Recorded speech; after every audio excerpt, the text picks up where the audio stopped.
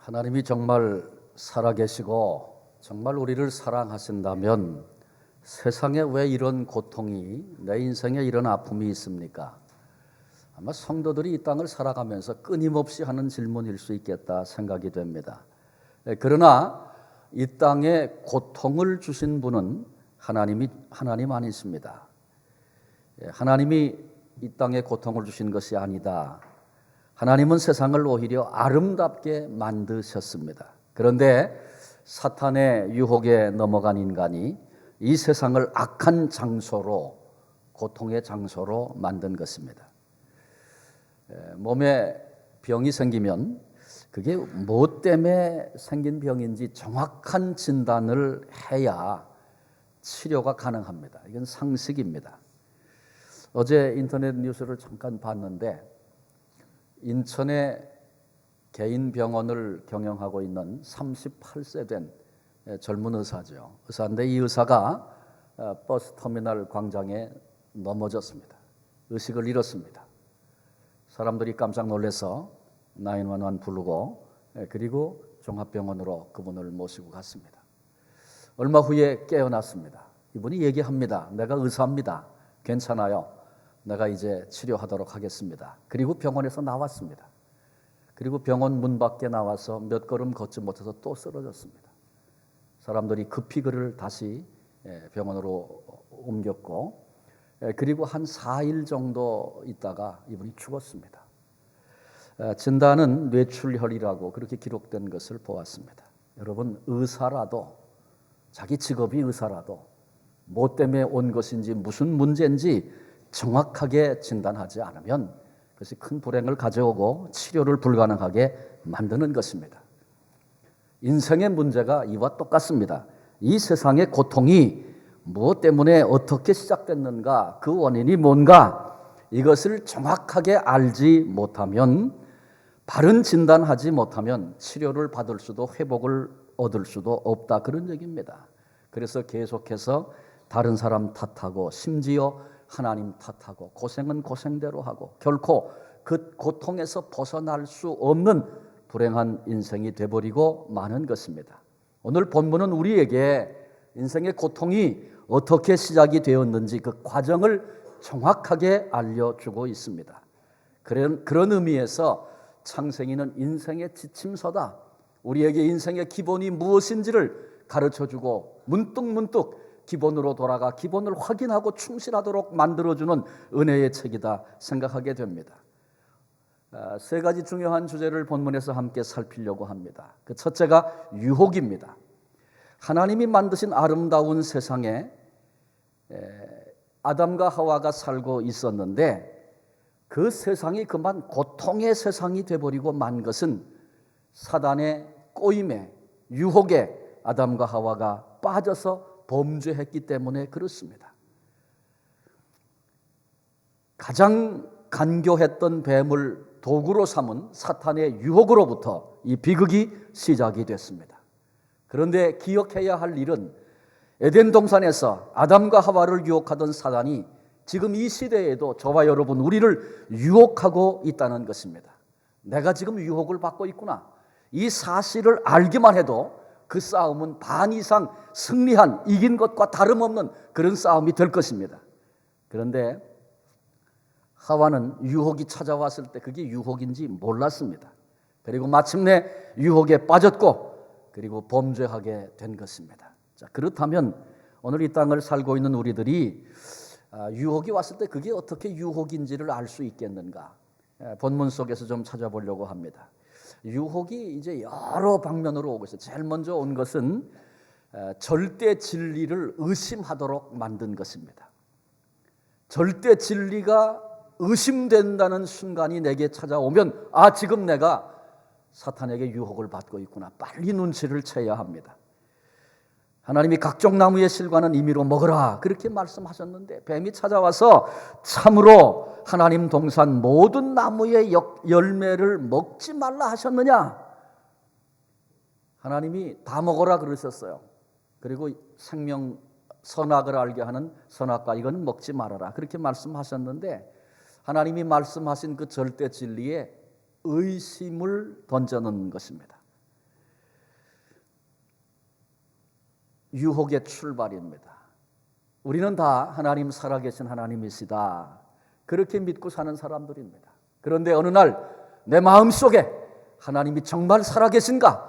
이런 질문이, 의심이 생긴다면 지금 마귀가, 사탄이 나를 유혹하고 있구나, 빨리 깨달아야 합니다. 그리고 거기서 돌이켜야 합니다. 그런데 계속 그 얘기를 묵상하다 보면 마귀가 이끄는 대로 우리가 끌려갈 수밖에 없는 것입니다. 우리는 예수님을 각각 마음에 영접하고 하나님의 자녀가 된 사람들입니다. 그런데 어느 날 내가 정말 하나님의 자녀인가? 내가 정말 예수님을 내 마음에 영접했는가? 이런 의심이 찾아온다면 사탄이 지금 날 유혹하고 있구나 살펴야 합니다. 하나님의 절대 진리에 사탄은 의문을 던집니다. 절대 사랑을 의심하게 만듭니다. 뿐만 아니라 하나님이 주신 놀라운 축복들, 은혜, 벌써 크고 귀한 것들이 있는데 그걸 아무것도 아닌 것처럼 생각하게 만듭니다. 그러면 그때 이미 우리는 사탄의 유혹 앞에 노출되어 있는 것입니다. 아무것도 먹지 말라고 하셨느냐? 그렇게 물으니까 그 의문이 벌써 하와의 마음속에 역사가 되기 시작했어요. 그래서 이렇게 말합니다. 동산나무의 열매를 우리가 먹을 수 있으나, 그렇게 말했어요. 그런데 중앙에 있는 선악을 알게 하는 나무는 먹지 말라고 하셨습니다. 여기서 우리가 주목해 봐야 될 것은 모든 실과는 다 먹으라고 했지만 그건 중요한 게 아니고 이걸 먹지 말라고 하셨습니다. 여러분, 동산의 모든 실과 얼마나 많았겠어요. 그걸 임의로 마음대로 다 먹게 하셨어요. 계시록에 보면 생명강가에 아름다운 나무가 월마다 아름다운 다른 열매를, 실과를 맺는다고 그랬으니 에덴 동산의 그 맺힌 실과들이 얼마나 아름답고 맛있었겠어요. 다 먹게 하셨는데 그건 별거 아니야. 그리고는 먹지 말라고 하신 것, 그게 주목해서 보여지고, 그리고 그것이 크게 보여지고, 그것 때문에 섭섭한 마음이 들고, 그런 것입니다. 하나님이 다 주셨는데 그 주신 것에 대한 것은 별거 아니고 그까짓 거 그렇게 치부해버리고 그 한 가지 하지 말라고 한 것, 그게 그렇게 섭섭한 거예요. 여러분, 하나님께서 우리에게 가장 사랑하시는 독생자 아들을 우리에게 주시지 않았습니까? 어떤 형편 중에 있든지 우리에게 예외 없이 주신 하나님의 은혜입니다. 이 엄청난 사랑, 상상할 수도 없는 사랑, 이 사랑을 우리가 받았는데 그 사랑은 별거 아니고 지금 내가 고민하고 있는 이게 안 된다고, 이게 지금 없다고, 그게 더 크게 보여서 섭섭하고 하나님 나한테 이러실 수 있나, 이렇게 여기며 인생을 살아가는 사탄의 유혹에 넘어가고 있는 그런 순간들이 우리에게 없었나 되돌아봐야 할 것입니다. 그리고 이제는 더 깊이 들어가면 하나님의 계명과 명령이 가혹하게 느껴집니다. 하나님 너무하신다, 그런 생각이 드는 거예요. 너희가 이제 다 먹지 말아라, 먹지 말라고 했느냐 그랬더니 그 대답을 하던 중에 이런 얘기를 하죠. 너희는 먹지도 말고 만지지도 말아라. 근데 여기 하와가 지금 만지지도 말라는 말을 추가했습니다. 그러면서 추가하면서 자기 생각을 가지고 하나님을 바라보는 거예요. 하나님은 어떻게 이렇게 나한테 먹지도 만지지도 말라고 하실 수가 있는가? 자기 잘못된 생각을 가지고 하나님을 바라봅니다. 어떤 분이 그런 경험을 했다고 그래요. 한 번은 하나님이 너 아무래도 TV 시청을 좀 줄이면 좋겠다, 그렇게 말씀하셨대요. 그런데 그 순간에 화가 벌컥 났다는 거예요. 그러면 하나님, TV도 못 봅니까? 내가 좋아하는 영화도 보지 말라는 말입니까? 그렇다면 쉬는 시간에 도대체 뭘 해야 됩니까? 그리고 괜히 자기 안에 막 화가 치밀었다는 거예요. 근데 조금 시간이 지난 다음에 뒤로 물러나서 가만히 생각해 보니까 하나님이 영화 보지 말아라 그렇게 말씀하신 적이 없고, 너 TV 보면 안 된다, 보지 말아라 그러신 적 없고요. 단지 너 줄이면 더 좋겠다 그렇게 말씀하셨는데, 자기 생각을 가지고 이러란 말입니까? 이러란 말입니까? 그러면서 쉽게 하나님을 향하여 분노하는 자리까지 갔던 자기의 모습을 보게 되었다는 것입니다. 여러분, 특정한 한 분의 이야기겠습니까? 솔직하게 그분은 자기 고백을 한 거죠. 우리에게도 그런 일들이 얼마든지 있을 수 있습니다. 이게 사탄으로부터 오는 유혹이다 깨닫지 못하면 우리는 넘어지고 마는 것입니다. 하나님이 말씀하신 게 너무 가혹하다, 뭐 이런 것까지 나에게 요구하시나, 그렇게 생각하는 것, 벌써 사탄의 유혹이 나를 붙들고 있는 것입니다. 남편에게 순종하십시오. 자매들에게 그런 얘기 지난주에 말씀드렸죠. 거기는 남편에게 얼마나 중대한 책임이 있는가에 대해서 설명을 드렸습니다. 그런데 그 말씀을 들을 때, 읽을 때 전에는 그렇지, 그렇게 받았는데 어느 날 다시 그 말씀을 들을 때, 그 말씀을 읽을 때, 아니 그러면 여자는 남편에게 말도 하지 말라는 겁니까? 종이 되라는 말입니까? 이렇게 반응이 될 때가 있다는 거죠.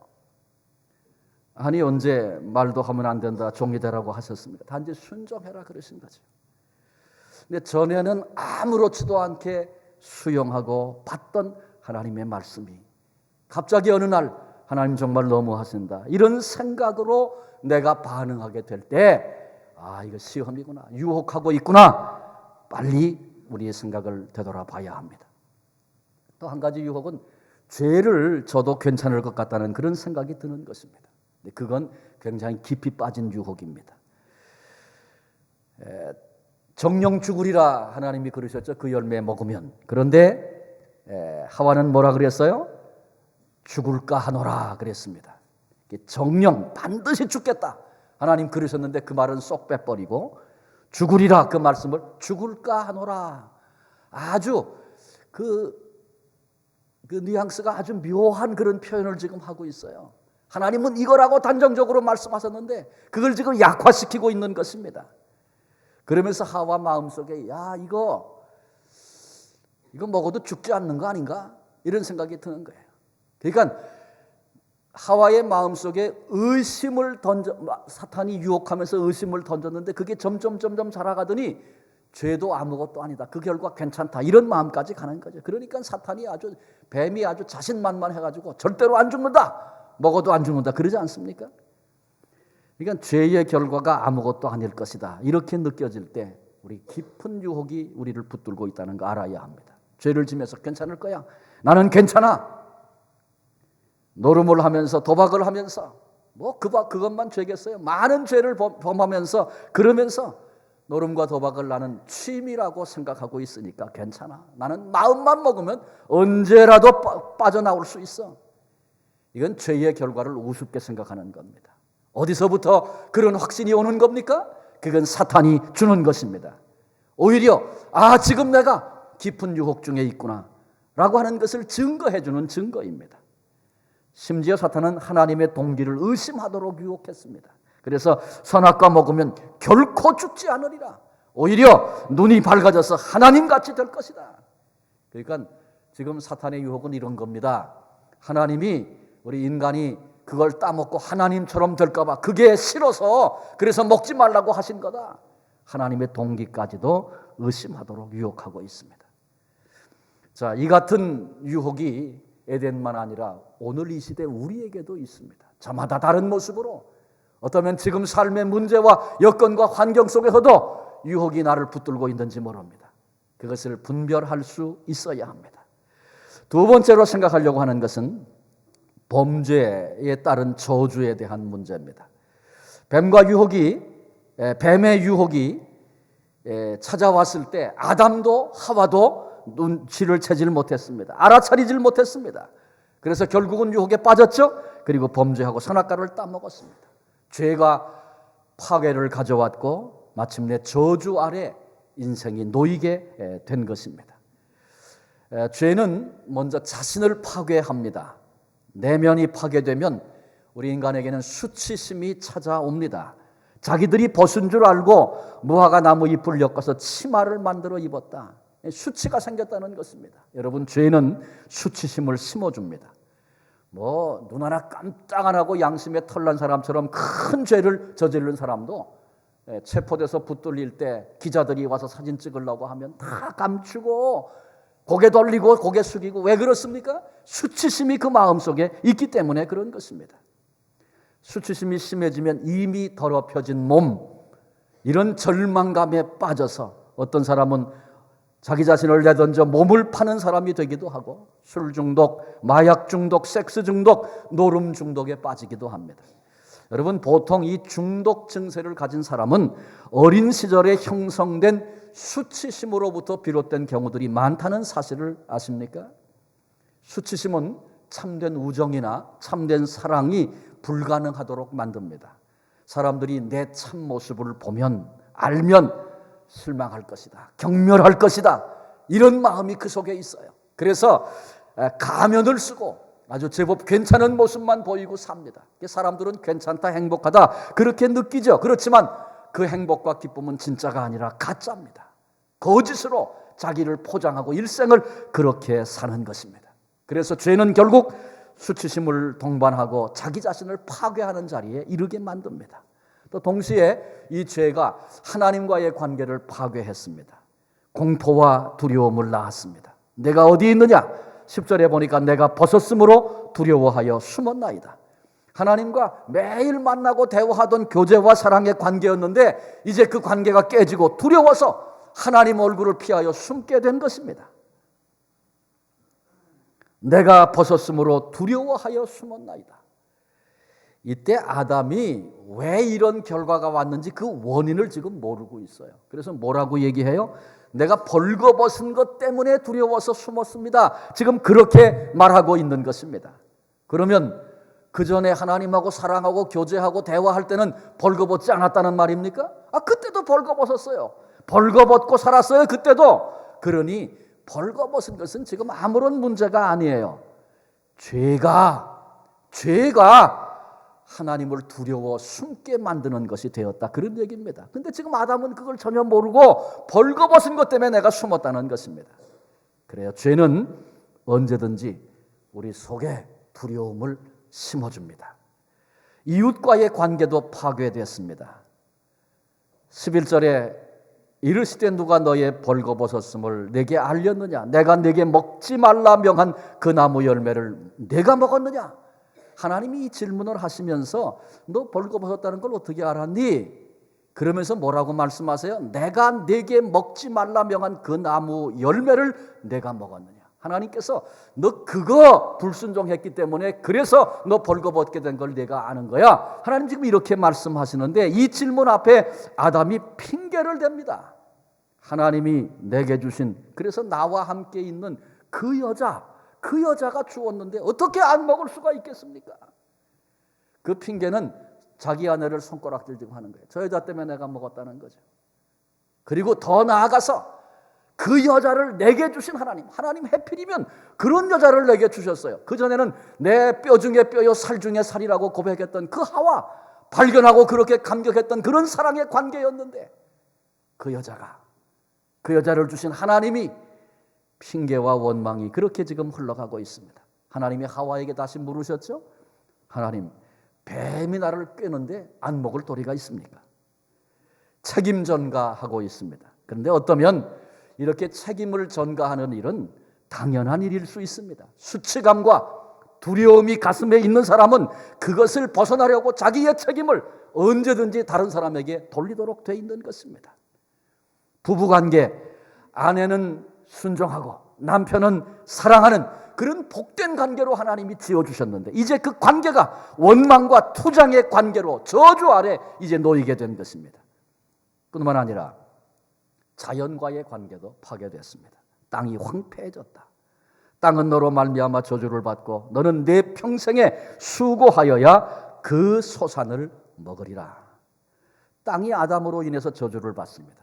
그리고 엉겅퀴를 냅니다. 땀을 흘려도 그 소산을 얻기가 쉽지 않습니다. 아담이 하나님께 불순종하게 됐을 때 아담이 다스려야 할 땅도 아담에게 불순종하는 그런 일이 시작된 것입니다. 풍성한 땅이 척박한 땅으로 바뀌었습니다. 즐거웠던 노동이 이제는 고역이 돼버리고 만 것입니다. 하나님은 복을 주시기를 기뻐하시는 복을 주시는 하나님이시죠. 그런데 인간이 그 하나님을 거부할 때, 거절할 때 땅이 황폐해지고 가난과 기근이 찾아오게 된 것입니다. 아마 세계에서 가장 못 사는 나라 가운데 하나가 북한일 것입니다. 근데 북한이 처음부터 그렇게 못 살던 사람이었습니까? 여러분, 이북 사람이 생활 능력이 얼마나 강한지 몰라요. 옛날에는 상권을 쥐고 있던 분들입니다. 분단 이후에도 상당 기간 남한보다 잘 살았습니다. 그런데 하나님을 거부하고 하나님 앞에 죄를 가지고 살기 시작하니까 땅이 황폐해지고 가난과 기근이 찾아오게 된 것입니다. 개인도 국가도 마찬가지입니다. 지구를 놓고 기근에서 허덕이고 고통당하는 나라들을 한번 살펴보세요. 또 부유하고 풍성한 나라들을 살펴보세요. 하나님과 어떤 관계인가가 보여질 그런 그림을 발견하게 될 것입니다. 하나님을 믿고 따를 때 풍요하게 하십니다. 그러나 거절하고 죄 가운데 살기 시작할 때 저주가 따르는 것입니다. 아담과 하와가 범죄했습니다.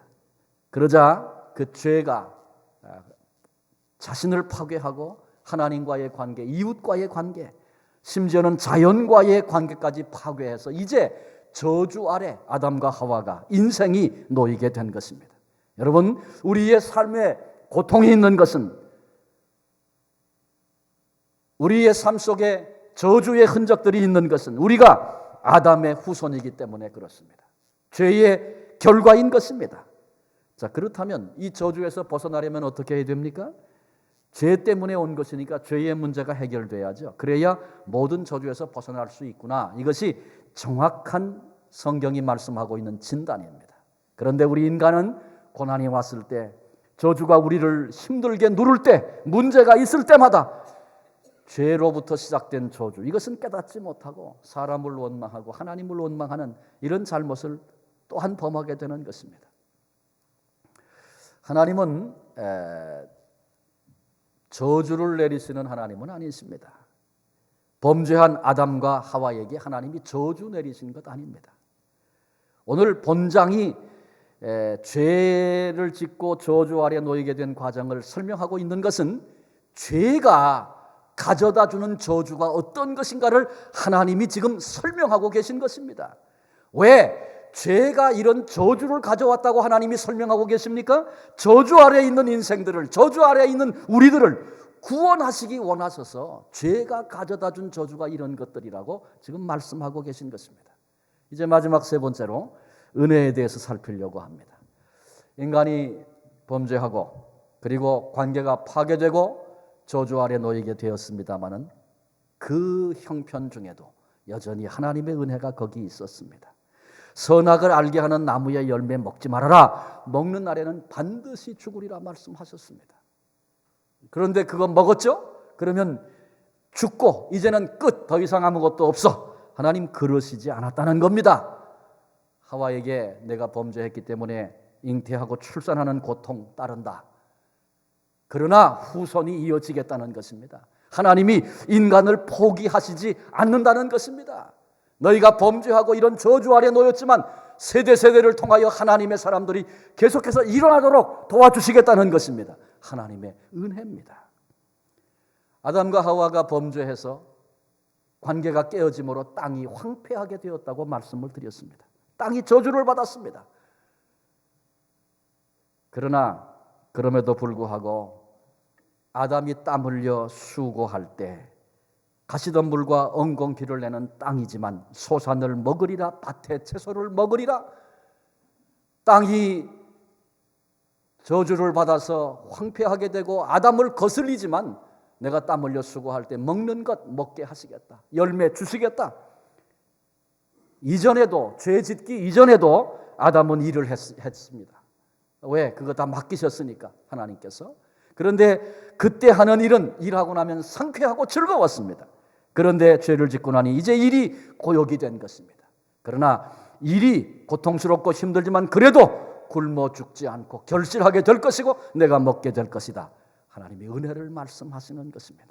범죄 후에 무화과 나무 잎사귀 치마를 가리고 수치를 가리고 치마를 만들어 입고 수치를 가리고 있는 그런 모습을 바라다 보시면서 하나님 안타까워하시고 가죽옷을 지어서 그들에게 입혀주셨습니다. 은혜입니다. 에덴 동산에서 쫓아내시고 두루 도는 불칼로 생명나무의 길을 지키게 하셨다. 그 얘기는 무슨 말이냐 하면 이제는 영원히 살지 못하고 죽는 자가 죽음을 겪는 그런 존재가 되었다. 죽게 되었다. 그런 말입니다.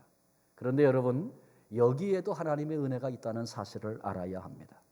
부부관계가 파괴되고 하나님과의 관계가 파괴되고 그래서 두려운 관계가 됐고 자연이 저주하고, 여러분 이런 삶을 영원토록 계속해서 살아야만 한다면 그런 저주가 어디 있겠습니까? 죄의 저주로 인해서 헛되고 수고뿐인 그런 인생을 살아가는 이들에게 기간을 정해놓으시고 내 그 수고를 그때까지만 하면 된다. 그 너머에는 내가 처음부터 계획했던 예비해 놓은 그런 은혜와 그런 영광스러움, 더 이상 고생과 수고가 없는, 갈등이 없는 그런 삶을 이제 누리게 된단다. 하나님이 그 기간을 정해 주신 것, 그게 은혜입니다. 그래서 이 하나님 나라에 대한 소망을 갖고 이 비밀을 아는 사람들은, 연세 많으신 노인들 이제 운명하실 때 막 힘들어 하실 때 뭐라고 기도해 드릴까요? 그러면 나 좀 살려달라고 기도해 주세요. 그러지 않고 나 빨리 천국 가게 해주세요. 그렇게 기도해 주십시오. 여러분, 그렇게 말할 수 있는 건 뭐예요? 그게 은혜인 것을 알기 때문에 그런 것입니다. 그 다음에 뱀을 저주하셨어요. 아담과 하와는 저주하지 않고 죄 때문에 와진 저주의 결과를 설명하시고 뱀에게는 직접 저주를 하셨어요. 배로 다니고 흙을 먹으리라. 근데 우리가 압니다. 뱀이 흙 먹고 살지 않습니다. 그런데 그 무슨 말씀이에요? 그 의미가 뭐예요? 패배를 의미하는 것입니다. 맞아서 땅에 뒹군다는 그런 의미입니다. 사탄의 패배를 약속하셨습니다. 이게 하나님의 은혜입니다. 내가 너로 여자와 원수가 되게 하고 내 후손도 여자의 후손과 원수가 되게 하리니 여자의 후손은 내 머리를 상하게 할 것이요 너는 그의 발꿈치를 상하게 할 것이니라. 여자의 후손으로 오시는 예수님, 십자가의 고난과 그러나 부활의 승리 예고하시면서 사탄이 끈질기게 이제 예수님을 물고 늘어지고 태어날 때부터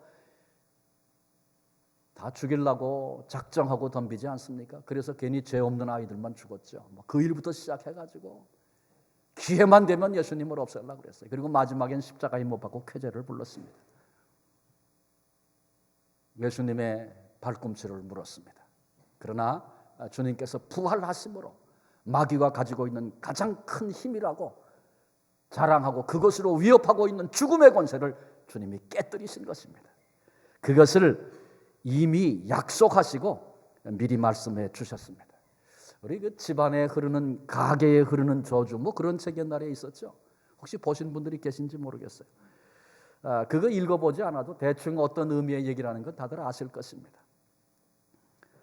그 알코올릭, 술을 그냥 먹어가지고 중독된 그런 사람의 아들이 또 술 중독자가 되는 겁니다. 그렇게 흘러갑니다. 아버지에게 무섭게 맞고 자란 자식이 커서 또 자기 자식을 때립니다. 그 맞았던 자식이 또 크면 또 자기 자식을 또 때리고, 이렇게 좋지 않은 일이 대를 이어서 흘러갑니다. 정신질환도 대를 이어 흘러갑니다. 가게에 그런 것들이 얼마든지 많이 있는지 몰라요. 제가 언젠가 그런 말씀 드렸던 거로 생각이 드는데, 서울에서 목회할 때 한 40대 중반쯤 된 집사님 한 분, 아주 그 근심 어린 얼굴로 저를 찾아오셨어요. 그러시는 거예요. 당신 집안은 다 고혈압 때문에 40대 초반에 다 죽었다는 거예요. 아버지도 형님도 누님도 다 자기만 남았대. 지금 자기가 40대 중반인데 혈압이 높다는 거예요. 이분에게는 가게로부터 이렇게 흘러내리는 그런 질병 때문에 두려움으로 잔뜩 사로잡혀 있었어요.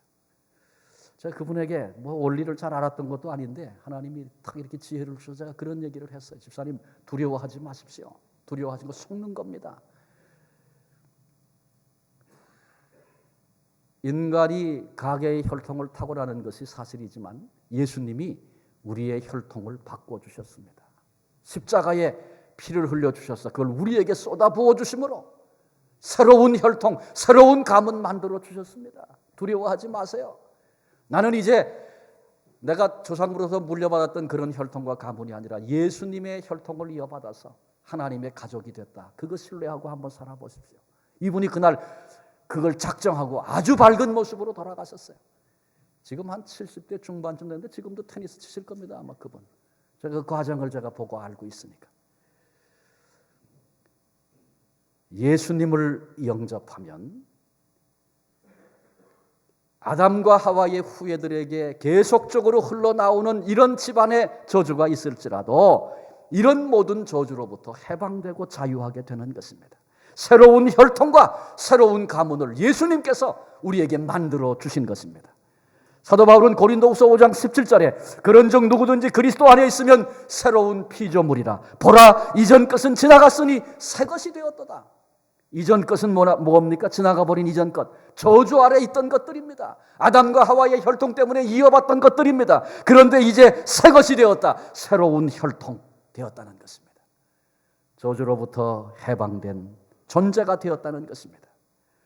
근데 이 얘기를 들으면서 우리가 내가 이제 새로운 존재, 새로운 혈통 됐구나. 내가 저주에서부터 해방된 자구나. 이런 얘기를 들으면 한편 기쁨도 있는데 또 한편 이게 뭔가 좀 부담스럽고 찜찜한 부분도 있어요. 이게 뭐냐 하면 분명히 내가 예수님 영접했는데 말씀을 들어보니까 내가 새로운 피조물인데 내가 해방이 됐는데 그런데 여전히 왜 내 삶 속에는 고통이 있고 죄의 모습이 있고 저주 아래에 있는 자와 별반 다를 바가 없는 그런 모습들이 내게 있는가? 이런 생각 때문에 우리에게 무거움과 부담이 있는 것입니다. 여러분 한마디로 얘기하면 그 왜 그러냐 하면 사탄의 거짓말에 내가 귀를 기울이고 있고 속고 있기 때문에 그런 것입니다. 여러분 예수님께서 귀신의 머리를 깨뜨리고 죽음의 권세를 깨뜨리고 우리에게 새로운 혈통과 새로운 자유를 우리에게 주셨어요. 그런데도 사탄은 포기하지 않고 이제는 할 게 없으니까 계속해서 거짓말로 우리를 속이며 끌고 가는 것입니다. 하나님의 자녀가 됐는데 내 신분이 뭔지를 잊어버리고 살게 만듭니다. 혈통이 내가 바뀌었는데 그건 기억도 못하고 속아서 옛날 그대로인 줄 알고 그래서 여전히 옛사람으로 살도록 그렇게 우리를 끌고 가고 미혹하는 것입니다. 미국에 노예 해방이 있었죠. 링컨 대통령이 해방령을 선포했습니다. 근데 그 당시에는 이제 통신이 별로 발달되지 않았던 시대였기 때문에 중앙정부가 해방령을 선포했지만 그것이 저 시골 백성들에게까지 국민들에게까지 전달되는 데까지는 많은 시간이 걸렸습니다. 어떤 노예는 자기 주인이 이 사실을 알고 있었어요. 그런데도 말을 하지 않고 계속해서 노예로 부려먹습니다.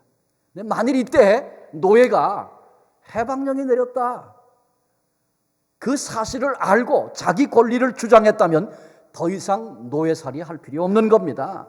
나도 당신과 같은 인격체입니다. 당당하게 얘기하고 자기 권리를 주장할 수 있습니다. 그러나 모르면 주인 말에 속아서 계속해서 노예살이 할 수밖에 없습니다. 똑같습니다. 우리는 지금 사탄이 계속해서 권리를 주장하고 우리를 속입니다. 나는 어쩔 수 없는 죄인이야. 그 생각이 우리를 사로잡고 그래서 지금도 죄의 저주 아래 살도록 그렇게 우리를 속이고 있다는 사실을 알아야 합니다. 오늘 우리 다시 확인합시다. 내 혈통이 달라졌습니다. 아담과 하와의 혈통을 이어가는 것이 아니라 이제는 예수 그리스도의 혈통을 이어서 주님 안에서 십자가 안에서 이제는 하나님의 자녀가 됐습니다. 이것이 우리에게 허락된 은혜입니다. 마귀는 계속 우리에게 속삭여요. 너 옛날에 그렇게 담배 끊으려고 노력했는데 안 됐는데 그게 지금 되겠니? 그렇게 말합니다. 옛날에 용서하려고 그렇게 애를 써도 안 됐는데 지금 이제 와서 용서가 될 리 없어. 그렇게 속삭입니다. 옛날에 네가 한번 변해보겠다고 얼마나 애썼니? 그때도 안 됐는데 지금 나이 들어가지고 네가 변해? 그건 말도 안 돼. 그렇게 마귀가 우리에게 속삭입니다. 여러분 이 속삭임에 귀를 기울이면 우리는 여전히 저주 아래서 살 수밖에 없습니다. 하나님의 자녀, 혈통이 바뀐 존재, 이제 할 수 있는 것입니다. 이제 우리는 용서할 수 있습니다. 이게 생각을 해봐야 아멘이 되는 건가요? 옛날엔 내가 하려고 해도 안 됐지만 예수 그리스도 안에서 혈통과 존재가 바뀜으로 이제 우리는 용서할 수 있습니다. 이제 우리는 사랑할 수 있습니다. 이제 우리는 변화될 수 있습니다. 우울증에서 벗어날 수 있습니다. 얼마든지 이제는 열등감에서도 해방될 수 있습니다. 왜? 우리의 혈통이 바뀌었기 때문에 그런 것입니다. 이제 우리는 앞으로 살아가면서 내 언어, 내 생각을 종종 살펴봐야 합니다. 내가 무엇을 못하겠다고 말하고 무엇을 못한다고 생각하며 살고 있는가? 아주 심각한 생각으로 돌아봐야 합니다. 계속 그렇게 살면 내가 마귀에게 속아서 끌려가고 있는 것입니다. 여러분, 나는 뭘 못한다고 생각하십니까?